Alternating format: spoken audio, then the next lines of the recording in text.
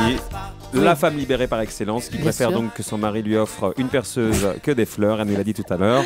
78% des Français et des femmes se sont mis au bricolage. Une nouvelle victoire du féminisme, Stéphane Blakowski. Ah bah carrément, Marc-Olivier. Alors là, franchement, là, les féministes, les suffragettes, les Amazones ont réussi effectivement à conquérir le dernier bastion où l'homme moderne pouvait encore exercer sa virilité au sein du foyer, en l'occurrence le bricolage. Vous savez que l'homme moderne est devenu une petite chose fragile, il n'ose plus s'affirmer. Alors, il paraît que dans les sondages, le même sondage dit que si l'homme ne bricole plus, c'est qu'il a peur de l'échec. Vous voyez, planter un clou de travers et d'un seul coup, là, c'est votre ego qui en prend un coup. Vous n'osez plus vous regarder dans la glace. Alors du coup, la femme a pris le relais et 78% des femmes pratiquent le bricolage à la maison. C'est une sorte de nouvel idéal féminin qui s'installe. On a eu Brigitte Bardot, on a eu Catherine Deneuve et maintenant Valérie Damido, qui bientôt sera peut-être notre nouvelle Marianne. Ah non.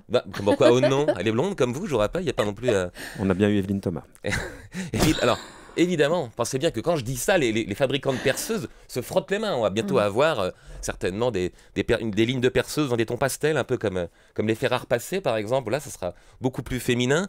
Dans elle, il y aura peut-être des pubs aussi, avec des mannequins pour des tondeuses ou pour des tronçonneuses. Peut-être que Karl Lagerfeld va désigner une nouvelle scie sauteuse avec une housse en cuir Hermès. Ça vous fait envie ou pas du tout? Je ne vois pas naître le désir dans votre œil de consommatrice. Non, je veux bien la perceuse, mais c'est pour la donner à mon mari.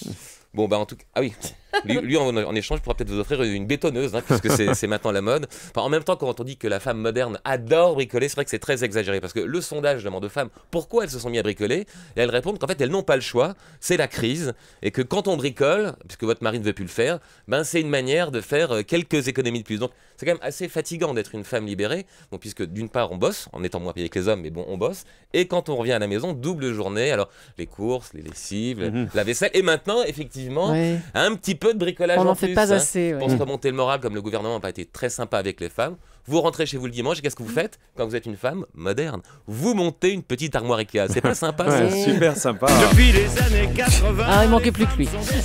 Voilà, c'est ce qu'on disait. Moi, je préfère l'original. Allez, à tout à l'heure Stéphane, après 9h avec la Dream Team.